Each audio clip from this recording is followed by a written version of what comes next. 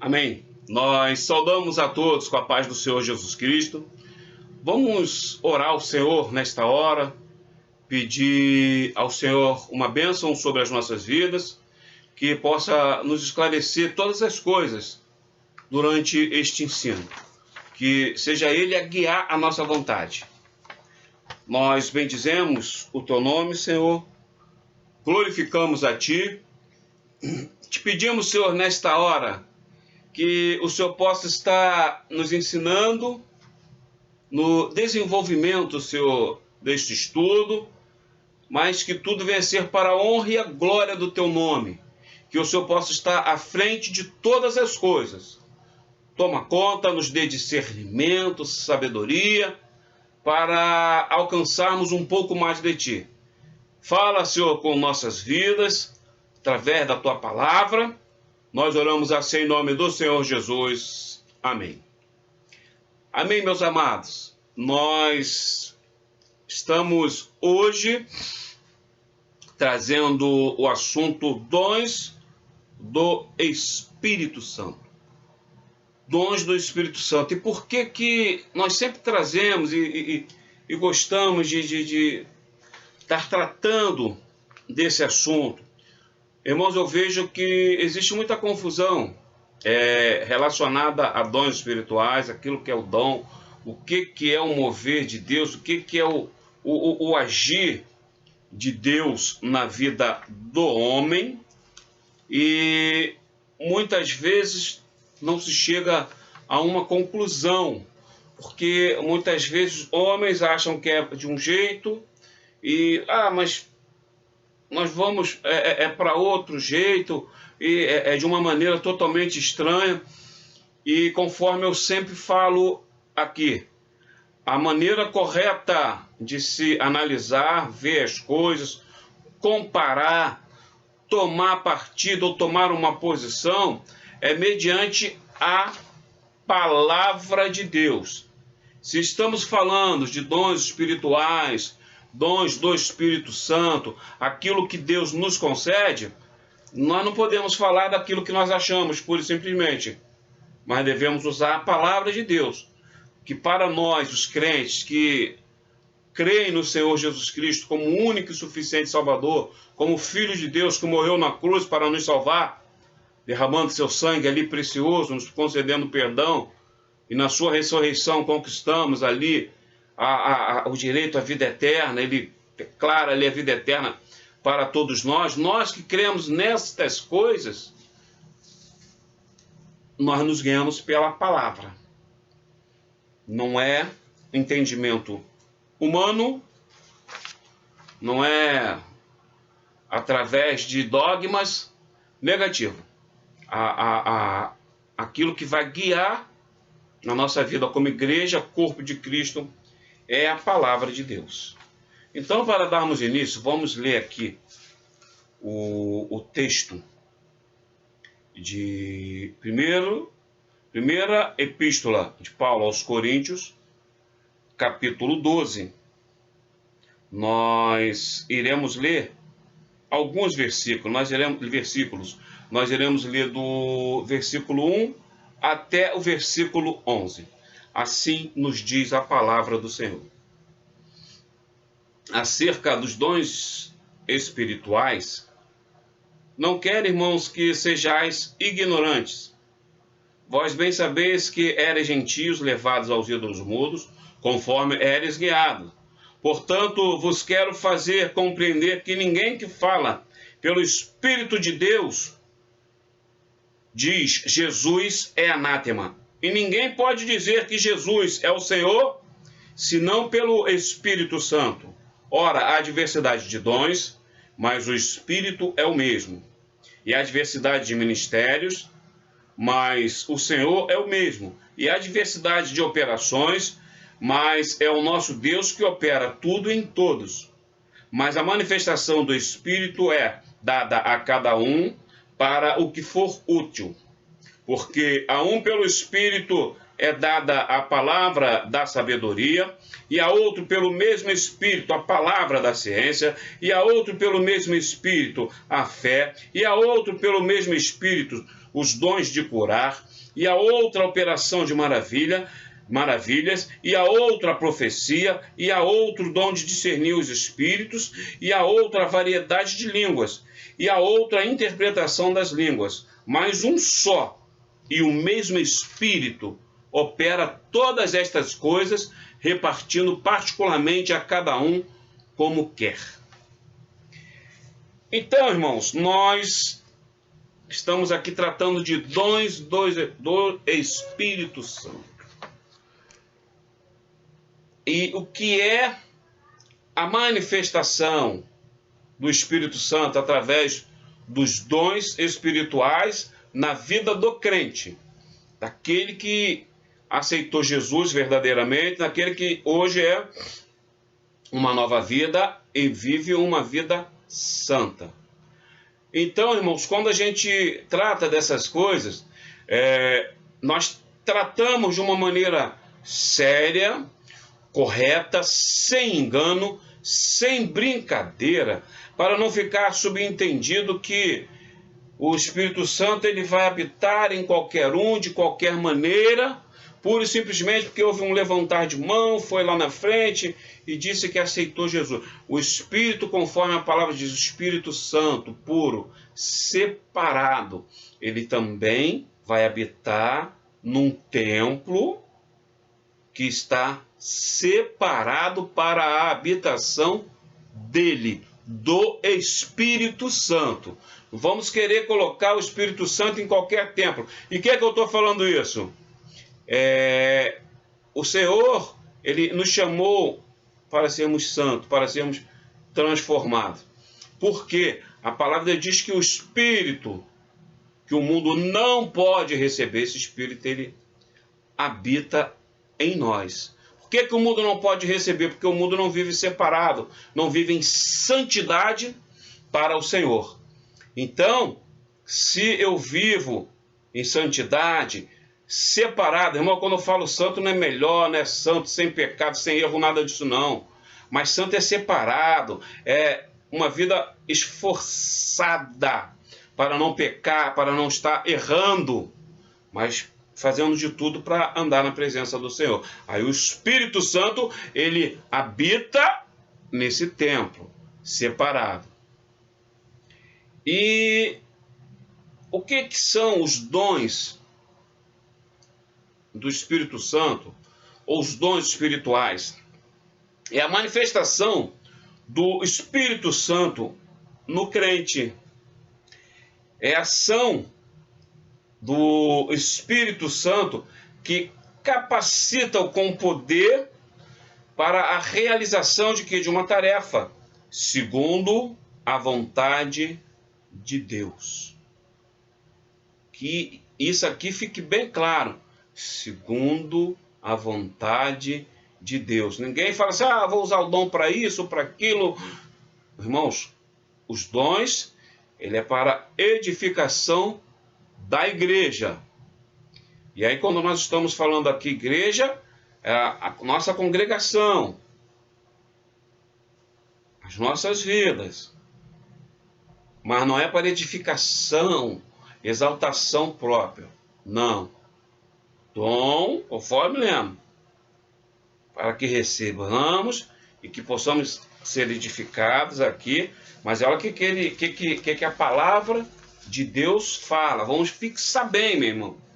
Para depois ninguém falar assim, mas, poxa, eu acho que poderíamos tratar de outra maneira.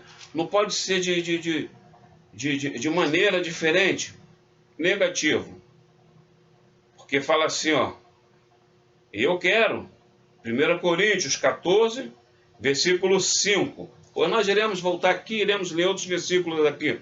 Eu quero que todos vós faleis línguas estranhas, mas muito mais do que profetizeis, porque o que profetiza é maior do que o que fala em línguas estranhas, a não ser que também interprete, para que a igreja receba edificação. Então eu quis ler isso aqui porque o dom ele é usado conforme Deus quer, mas para que a igreja, a congregação, o ajuntamento dos crentes, ele seja edificado. Então nós já estamos aqui entendendo para que os dons ele não foi nos dado, presenteado pelo Senhor. E a palavra dom, falando do dom espiritual, ele vem do grego, que ele é chamado de carisma ou carisma. E essa palavra ela é derivada de caris, que significa graça. E nós sabemos que graça é favor imerecido. Por quê? Porque é o dom dado por Deus. Esse carisma, essa graça, é o dom que nós acabamos de ler, que exemplo falamos aqui na palavra de Deus, cura, dons de curar, maravilhas e profecias. Esses dons eles são dados por Deus, é o chamado carisma. Então, esse dom ele é dado à nova criatura, aquele que aceitou Jesus, aquele que é crente, e Deus vai usar aquele irmão, aquela irmã, vai usar quem ele quiser, da maneira que ele quiser, para edificação do corpo, da igreja de Cristo. Então esse é o dom espiritual, o carisma, dado por Deus.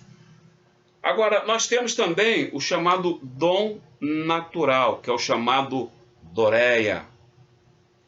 Esse dom é aquele que você já nasce com ele. Esse dom, independente de a pessoa ter aceitado ou não a Jesus Cristo como único, suficiente Salvador, a pessoa já nasce ali. É o dom que nos traz o quê? A facilidade, nos traz a capacidade de desenvolvermos funções, profissões circularmente aqui na Terra. Eu vou dar um exemplo. Tem gente que já nasceu e a vida daquela pessoa sempre foi mexer com mecânica. Ele é um mecânico, foi um dom de Deus, um dom natural que Deus deu ali para ele. Quantos músicos existem por aí? Tem os músicos autodidatas. Na nossa igreja nós temos músicos autodidatas que não foram para escola nenhuma e nasceram ali, o Senhor deu aquele dom natural e ele desenvolveu aquilo ali. E eu citei esses dois, mas temos tantos e tantos outros exemplos aqui para falarmos de dom natural. E aí a gente parte para aquilo que é a nossa doutrina, sempre lembrando, o que é doutrina? É ensino, irmão. O que é doutrinar? É ensinar, eu sempre falo isso. Aí vocês doutrinam as pessoas. Sim, doutrinamos sim, porque ensinamos a palavra de Deus. Então, doutrinar segundo a palavra de Deus é bênção. Eu não posso doutrinar segundo os meus pensamentos, aquilo que eu acho e que não estão de acordo com a palavra de Deus. Então nós doutrinamos, ou seja, ensinamos a palavra de Deus. E naquilo que aprendemos na palavra de Deus, nós entendemos que os dons espirituais eles estão ativos. Nós cremos nos dons espirituais. Se tivéssemos que dar um título ou uma classificação, pentecostais, seríamos chamados de pentecostais, porque o pentecostal é aquele que crê nos dons espirituais, mas eu vou abrir aqui um parêntese. Mas de maneira nenhuma, essa questão da manifestação do Espírito Santo através dos dons, ele jamais é esse reteté, essa coisa desordenada que nós vemos por aí. Igreja, nós tivemos aqui a aula do Pentecoste. O que é o Pentecoste? Pode ir lá, ver que você vai lembrar do que é o Pentecoste. Então, crer nos dons espirituais, na manifestação do Espírito Santo, não é balbúrdia, bagunça. E muita gente confunde. Não vamos confundir isso. Também tem alguns evangélicos, algumas pessoas que são evangélicas, que eles creem até nos dons espirituais, mas eles acham que os dons eles cessaram. São os chamados cessacionistas. Cessacionistas, eles creem que os dons existem, mas esses dons já cessaram. Então, irmãos, esse dom, deixa eu falar uma coisa aqui. Às vezes a pessoa, mas eu queria falar em línguas, eu queria curar. Deus dá, conforme nós lemos aqui no versículo 11 da nossa leitura do 1 Coríntios 12, 11, Deus dá segundo a sua vontade. Não é você que vai determinar, eu tenho um dom disso, eu tenho um dom daquilo, eu vou sair fazendo isso porque eu tenho esse dom. E não existe isso não, irmão. E ninguém também transfere dom, unção para ninguém. Se tiver algum lugar que está havendo transferência de unção, transferência de dom, isso é mentira, tá, irmão? Foge disso. Isso não provém de Deus.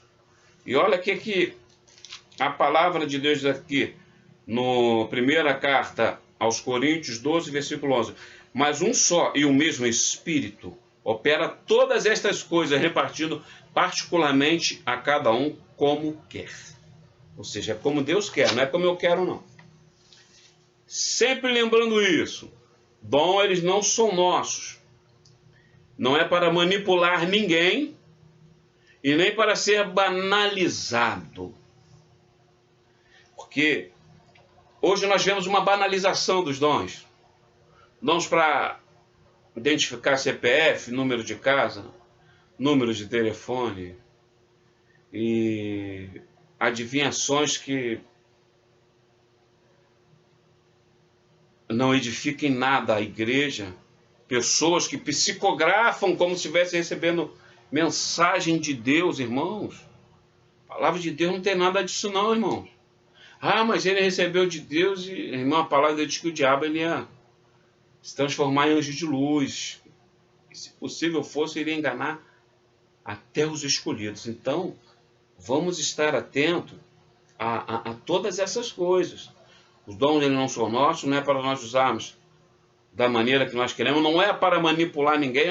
Eu tive uma visão, eu tive uma revelação, você tem que ficar aqui. Se você sair da minha igreja, você vai morrer de câncer, vai morrer atropelado. Isso é balela, irmão. Se você está num lugar que você é amedrontado, saia. Vai para um lugar onde você tenha liberdade. Não é libertinagem, é liberdade no espírito. Tu tem uma vida que tu cresça espiritualmente, mas você não fique preso a uma denominação, alguma coisa, porque alguém está usando dons, supostos dons, para te amedrontar. Então, fuja de toda essa... Isso aí é uma astúcia para manter pessoas. Cada um deve ficar aonde se sente bem, se é um lugar sério e que prega a palavra de Deus. Se prega a palavra de Deus com seriedade, amém. Louvado seja o nome do Senhor. Eu não vivo aqui, irmãos, eu já falei. Eu quero encher a minha igreja. Eu quero ter 2.000, 3.000, 10.000 membros. Irmãos, não adianta nada você ter uma igreja com 10.000 pessoas e poucos convertidos que esperam a volta de Jesus.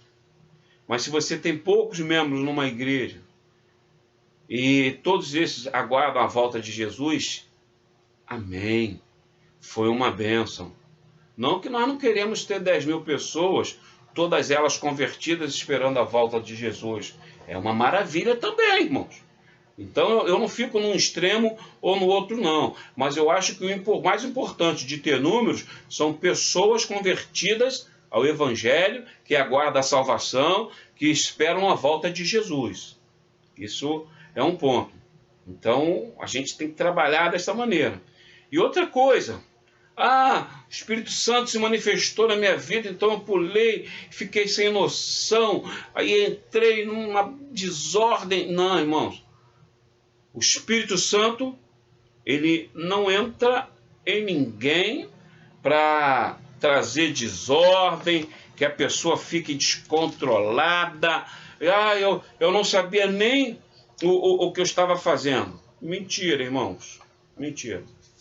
Olha o que a palavra de Deus diz em 1 Coríntios 14, no versículo 40. 14, versículo 40 de 1 Coríntios. Mas faça-se tudo decentemente e com ordem.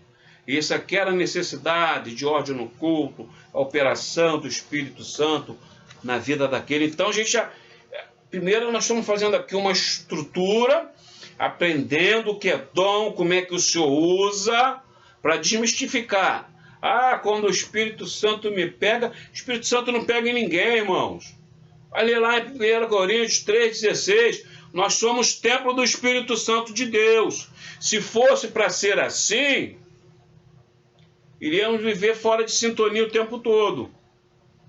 Ou não teríamos o Espírito Santo na nossa vida. Então, precisamos estar atentos, com decência e com ordem. Ah, mas é uma coisa mais forte do que eu. Irmãos, a palavra diz que o Espírito está sujeito ao profeta. O profeta, ele se controla. Aí nós vamos adentrar aqui, quando nós lemos a respeito dos dons. Ele começa falando que a manifestação do Espírito, ela é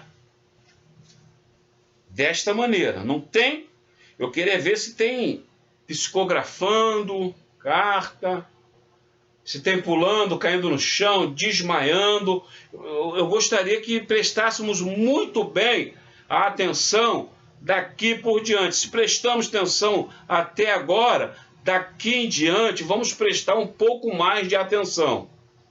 E vamos ver se tem algum desses itens aqui. Alguém descontrolado, caindo no chão, desmaiado e tantas coisas. E aí ele começa falando aqui no versículo 7. E o começo e o 8. Mas a manifestação do Espírito é dada a cada um para o que for útil. Porque a um pelo Espírito é dada a palavra de sabedoria. E aí a gente vai, mas pastor, o que é a palavra de sabedoria? A palavra de sabedoria é aquela palavra que coloca todas as coisas no seu devido lugar. É a pessoa que fala na hora que deve ser falada, e ele fala na hora certa, no lugar certo. Ele vai falar aquilo ali. E ele não só vai falar o que quer falar, o que vai agradar alguém, não. Mas o que tem que ser falado naquele momento. Mesmo que seja uma palavra aparentemente dura.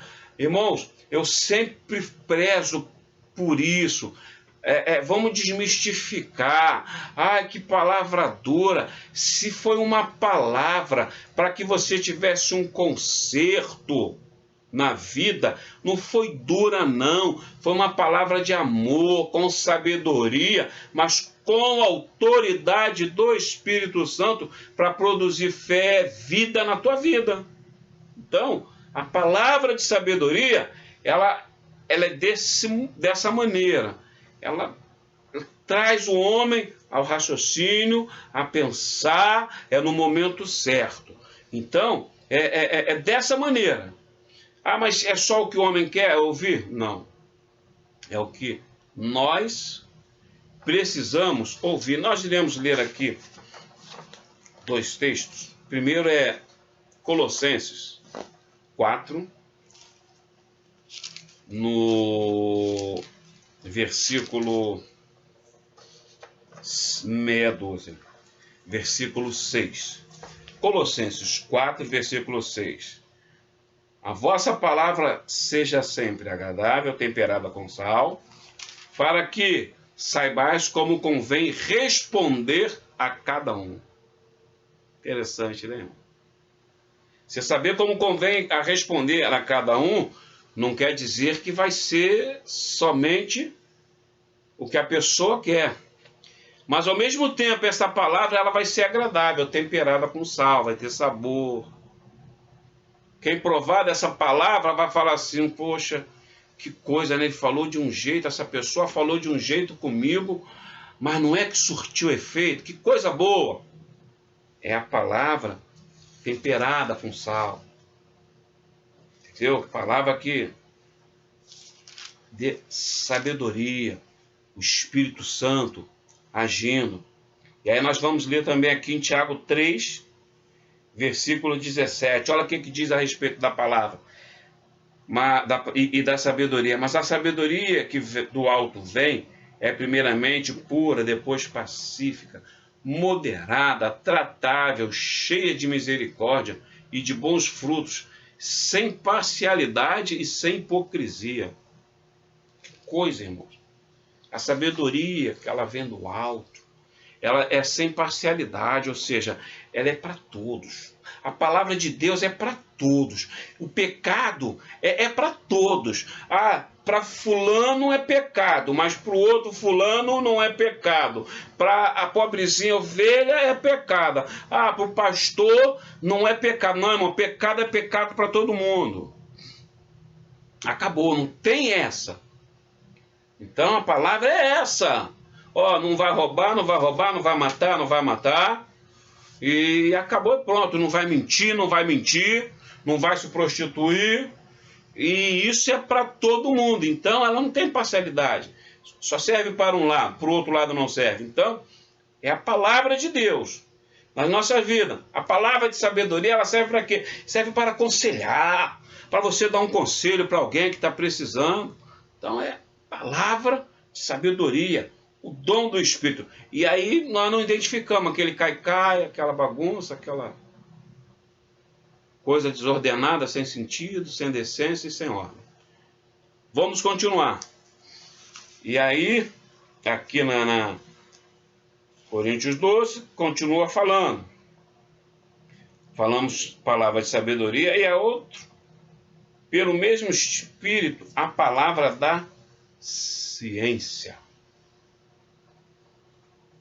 Irmãos, e quando a gente vê ciência, ciência ou conhecimento. Ciência quer dizer, está relacionada ao conhecimento.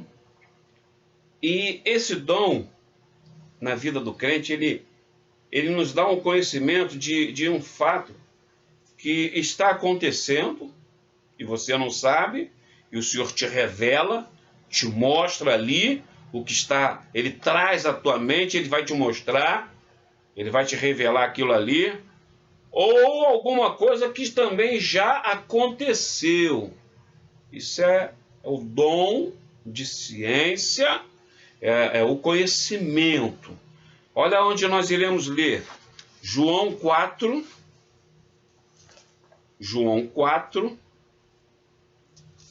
versículo 16 até o versículo 19. João 4, do versículo 16 até o versículo 19, a palavra de Deus, ela nos fala assim: disse-lhe Jesus, vai, chama o teu marido e vem cá. A mulher respondeu e disse, não tenho marido. Disse-lhe Jesus, disseste bem, não tenho marido, porque tiveste 5 maridos, e o que agora tens não é teu marido. Isto disseste com verdade. Disse-lhe a mulher, Senhor, vejo que és profeta. Então, nós já vemos aqui a palavra de conhecimento, a ciência, o conhecimento, agir. Jesus, ele está ali falando da vida daquela mulher, sem que tivesse nenhum conhecimento da vida dela, mas a palavra de conhecimento estava nele. Ele sabia, tanto do momento atual dela, e daquilo que já havia acontecido na vida dela. E aí nós iremos ler aqui Atos 5, versículo 3 até o 5. Atos capítulo 5, versículo 3 até o 5. A palavra de Deus diz assim: disse então Pedro a Ananias: por que encheu Satanás o teu coração para que mentisse ao Espírito Santo e retivesse parte do preço da herdade? Guardando-a, não ficava para ti? E vendida não estava em teu poder? Porque formaste este desígnio em teu coração? Não mentiste aos homens, mas a Deus. E Ananias, ouvindo esta palavra, caiu e expirou, e um grande temor veio sobre todos que isto ouviram.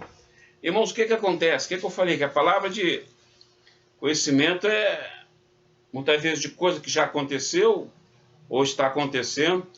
E Ananias, nós sabemos muito bem, ele chega, ele vende uma herdade, e quando ele foi ofertar ao Senhor, ele inventa algo que vendeu por um preço para diminuir aquilo que ele iria ofertar para o Senhor. E a palavra de Deus diz que ele não era nem obrigado, irmãos. Ele poderia simplesmente ficar com o dinheiro para ele e acabou. Mas ele foi e mentiu. Mas Pedro, cheio do Espírito Santo e com o dom de conhecimento, dom de ciência, o Senhor revelou logo a ele: olha, ele está mentindo. Ó, é mentiroso. E aí ele fala: ó, você não mentiu para homens, mas você mentiu para o Espírito Santo, irmão. Por isso que a gente leva uma vida de verdade. Porque mentir para Deus não vale a pena. Deus nos conhece. Então, essa palavra, esse dom de ciência, do conhecimento, ele age dessa maneira.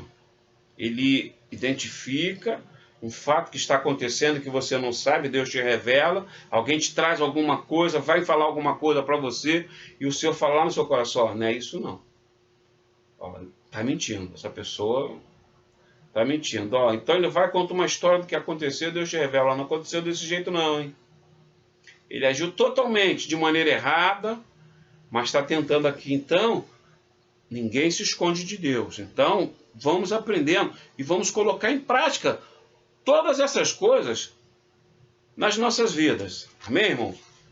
E a palavra de Deus, ela continua no versículo 9 do capítulo 12 de 1 Coríntios, e aí ele fala assim: e a outro, pelo mesmo Espírito, a fé. Irmãos, e quando a gente fala da fé, nós não estamos falando daquela fé salvífica. O que é a fé salvífica? É aquela fé que a pessoa tem quando aceita Jesus. Quando ele vem, ele aceita o Senhor na sua vida como um único e suficiente Salvador. Mas essa fé, ela é concedida pelo Espírito Santo quando você ora e tem a certeza daquilo que você está orando. Lembra lá em Hebreus 11, o que é a fé, que é o firme fundamento das coisas que se espera e a certeza das que se não veem? Então, isso é o dom da fé.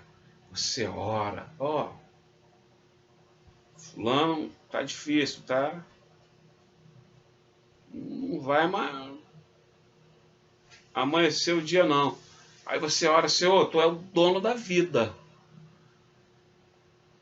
Nós não sabemos se realmente o Senhor vai atender aquela nossa oração, mas nós temos fé que iremos ver. Mesmo que chegue amanhã, a gente não vê, mas a gente não perde a nossa fé, a gente não abandona a nossa fé. Quantas coisas nós já oramos, irmãos?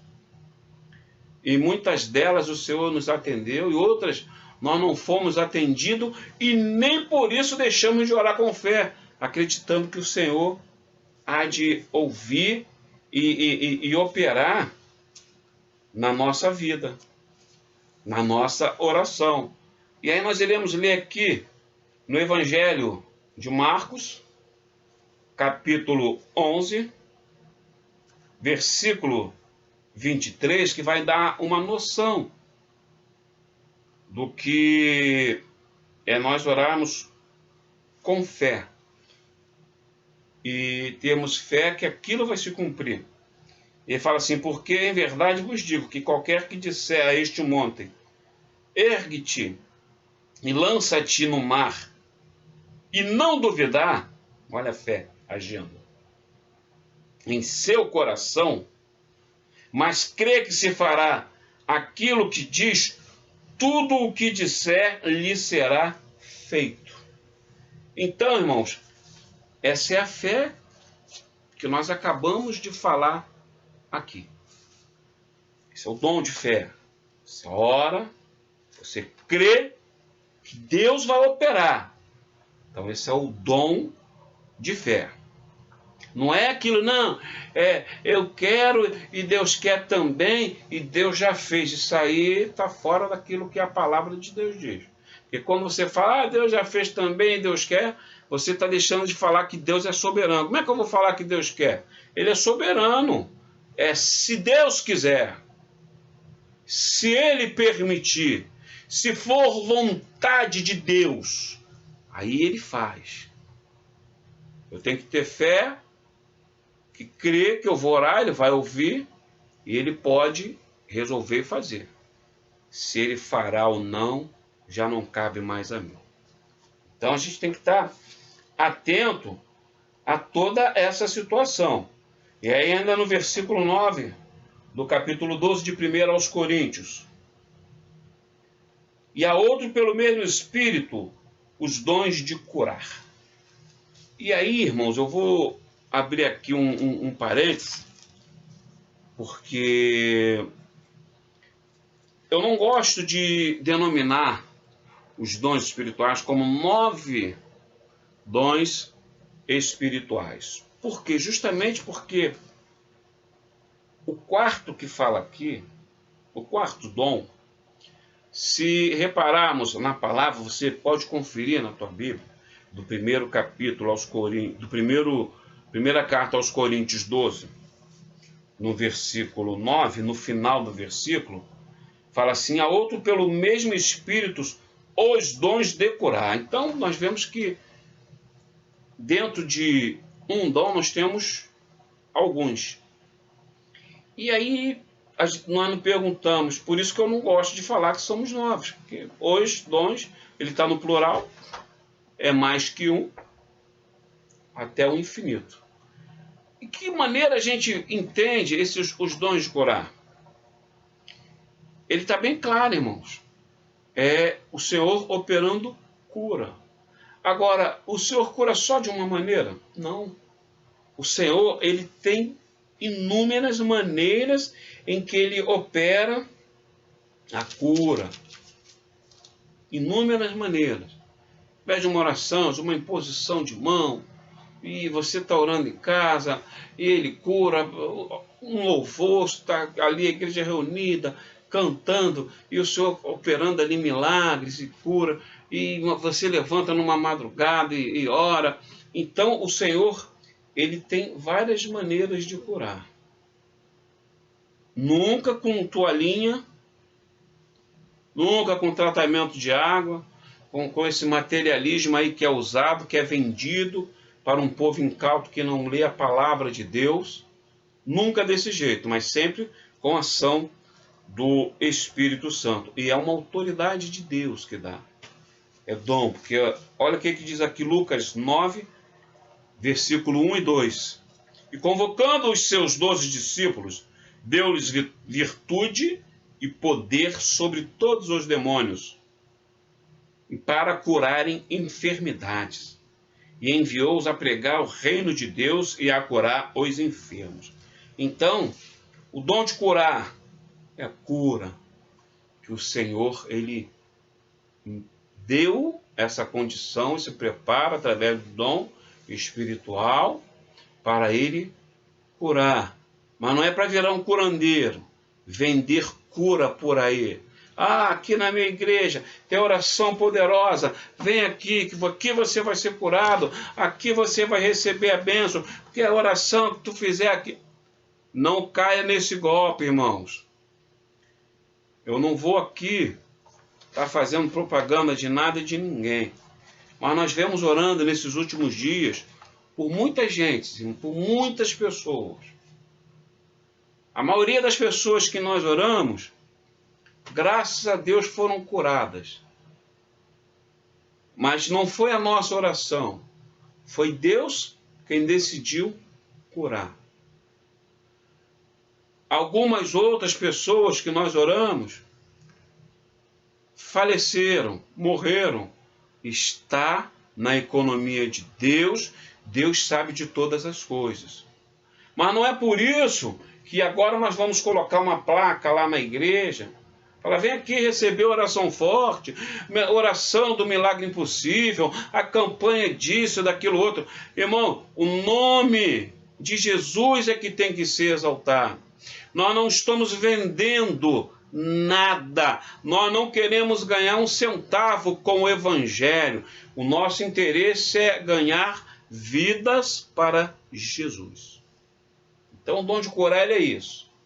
É a autoridade de Deus, a vida do crente que se preserva, e ele vai ser usado assim, desta maneira.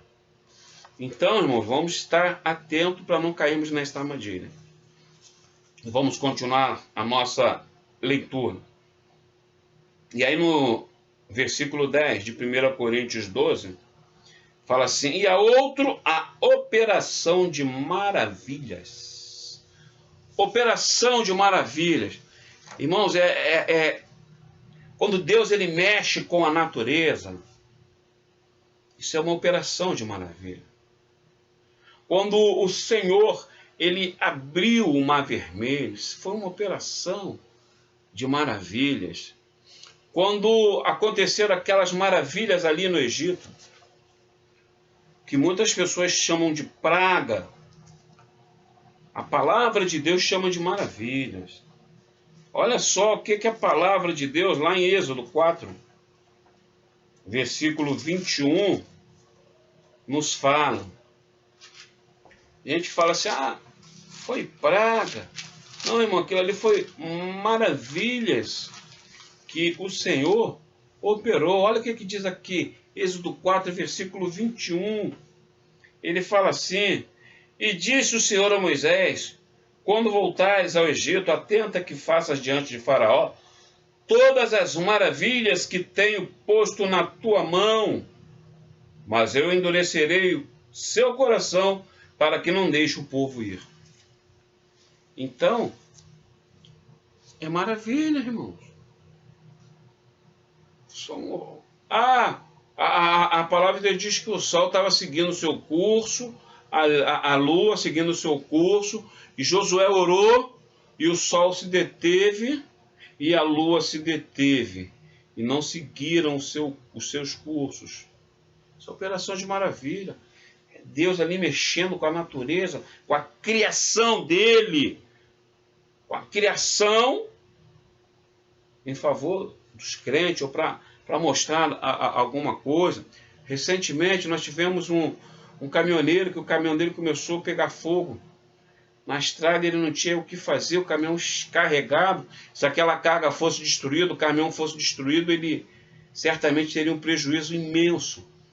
E ele começa a orar, pedindo chuva para apagar aquele fogo do caminhão dele. E a palavra de Deus diz que o Senhor respondeu com chuva, louvado seja o nome do Senhor.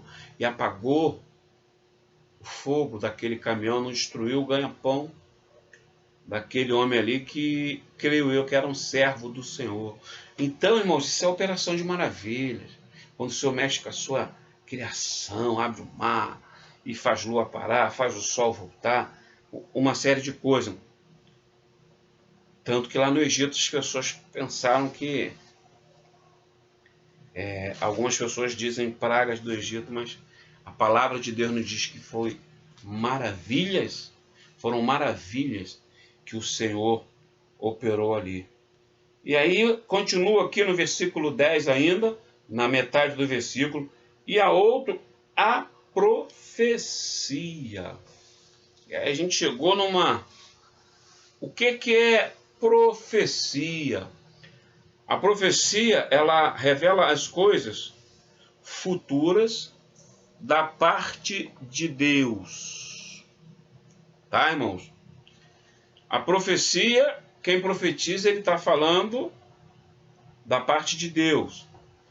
Existe uma doutrina errônea, que as pessoas falam assim, eu vou profetizar, eu profetizo na sua vida.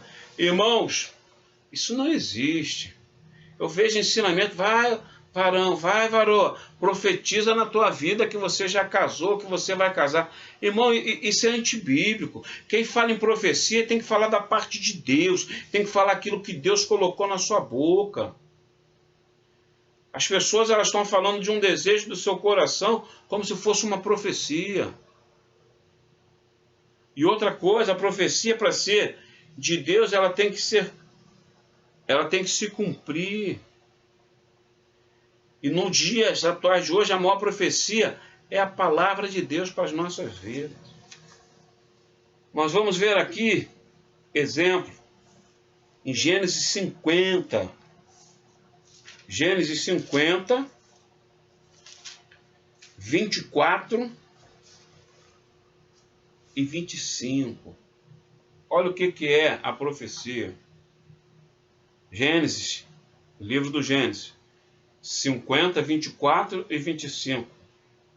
E disse José a seus irmãos, eu morro, mas Deus certamente vos visitará e vos fará subir desta terra, para a terra que jurou a Abraão, a Isaque e a Jacó.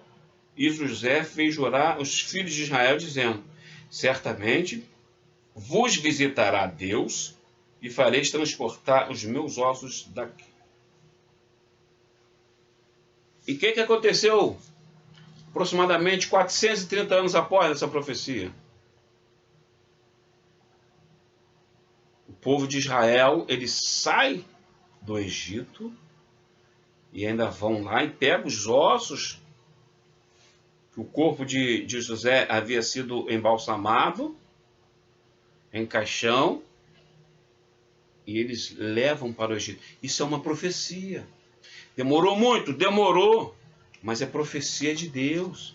E conforme eu falei, a maior profecia hoje é o quê? É a palavra de Deus. A igreja, ela tem que ser guiada, doutrinada, orientada, caminha pela palavra. Se não for pela palavra, está errado. Vamos ver isso aqui agora? Vamos. Provérbios 29, versículo 18. Não havendo profecia, o povo se corrompe. Mas o que guarda a lei, a palavra, esse é bem-aventurado.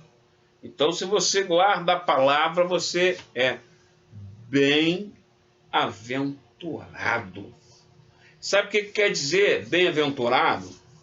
Quer dizer que aqueles que participam das bênçãos de Deus, nesta vida terrena e na vida após a morte. E como é que a gente vai saber que a palavra, a profecia, ela é de Deus? É simples, irmãos. Deuteronômio 18, versículo 22.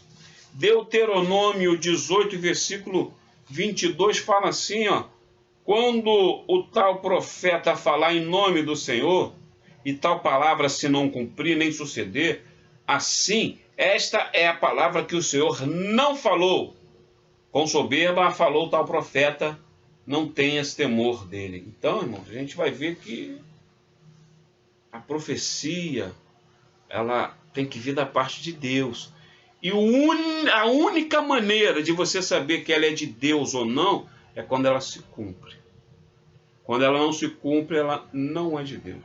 Fazer consulta e vou ver isso e confirmação. A confirmação de que uma profecia ela é de Deus é quando ela se cumpre.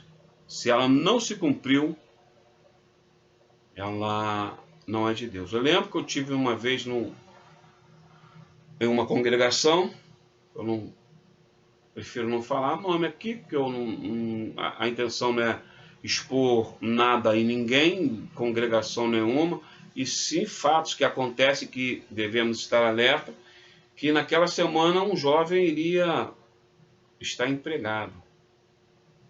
E só tinha um jovem naquele dia na igreja.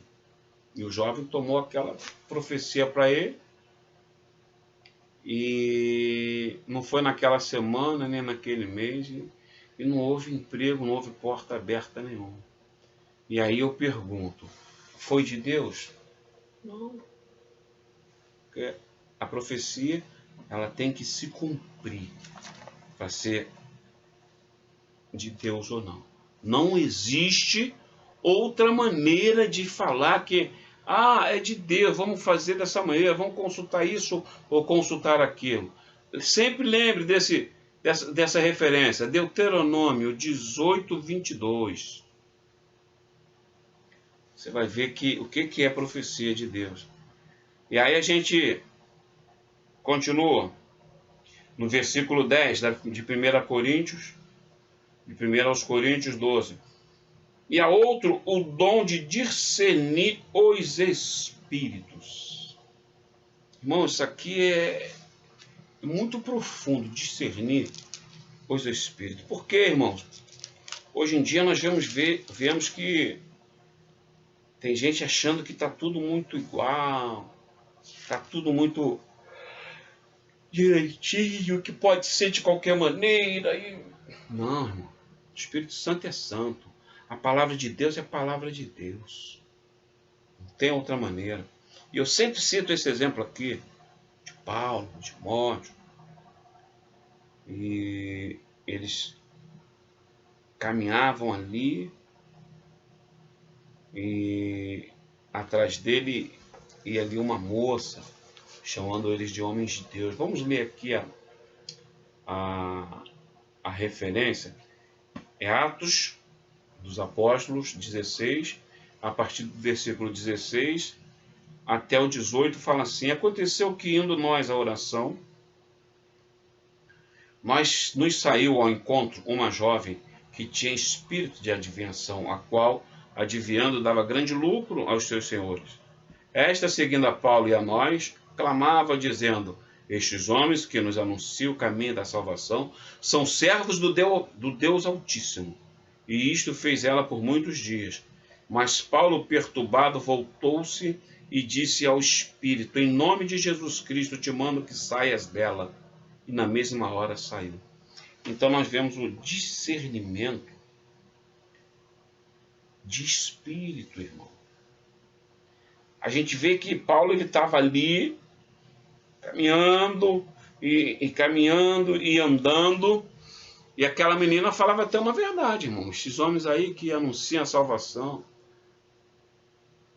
Mas é muito perigoso, irmãos, porque se eles aceitam aquilo ali, eles iriam achar que é o mesmo espírito que está em um e que está em outro. Por isso que eu vejo essas operações aí estranhas de reteté. Vamos analisar o que espírito que está falando, que está manifestando. E nós precisamos. Sabe por quê, irmão? É para não ouvir conselho do demônio. Ó, o demônio ele fala suavemente. Fala mal do teu pastor, teu irmão em Cristo e de um parente. Às vezes fala mal até de você mesmo. Você está dando ouvido. Discina, peça discernimento de espírito, para o Senhor tocar no teu coração e mostrar que aquilo não é dele, é do inimigo. Peça o Senhor na sua vida, para que isso venha operar na sua vida e você não ficar ouvindo, dando ouvido à voz do demônio. Eu sempre falo isso, irmão, e eu vou continuar ensinando isso, tentando abrir os olhos dos irmãos da igreja. Cuidado, irmãos, com pessoas que quando chegam para conversar contigo, a conversa dela tem sempre o teor de falar mal de alguém. Fuja desse tipo de pessoa. Peça discernimento do Espírito e autoridade para se livrar de tais coisas. Para não estarmos dando ouvido à voz de demônio. Pastor, a coisa é séria desse jeito. Não deixem destruir a tua vida com conselhos malignos, não. Tá vendo aí? Ninguém gosta de você, te distratou. Não, irmão, nós somos igreja, somos corpo de Cristo, caminhamos, vivendo um momento difícil, de muita dificuldade. Mas temos feito de todas as formas possíveis para nos mantermos em comunhão, para estarmos juntos. Se está tentando minar a tua fé, tirar a tua confiança no Senhor, repreenda em nome de Jesus. Igual Paulo fez aqui, ó. Repreendeu e aquele espírito ele foi embora. E ele continua falando aqui a variedade de línguas. E aí a gente vai ver aqui a variedade de língua. Nós vamos ver que existe. O que é variedade de língua? E o que fala em línguas estranhas edifica a si mesmo. Mas o que profetiza edifica a igreja. 1 Coríntios 14, versículo 4. Algumas pessoas falam, essa coisa de falar em língua, nem imite, irmãos. Não fique debochando. Se você não fala, amém. Mas se você fala, é usado, amém. Louvado seja o nome do Senhor. E quando o homem é usado em línguas estranhas, é aquela linguagem que ali edifica a si, mas não tem entendimento. Não tem entendimento. Nesse caso aí, você controla, nem todo mundo vai falar, porque a Bíblia fala que se um falar, o outro se cala, e se o outro falar, o outro também se cala, e a edificação, o Senhor vai edificando ali as vidas pessoalmente. Cada uma das vidas ali vão sendo edificadas. Então, variedade de língua, línguas estranhas, existe? Existe sim. É aquilo que eu falo, não é para estar sendo banalizada. Eu lembro de uma pessoa que se encontrou comigo, muito tempo que não me via, falou, poxa, quanto tempo que eu não vejo. Ela falava 3 palavras comigo, aí falava várias palavras em língua.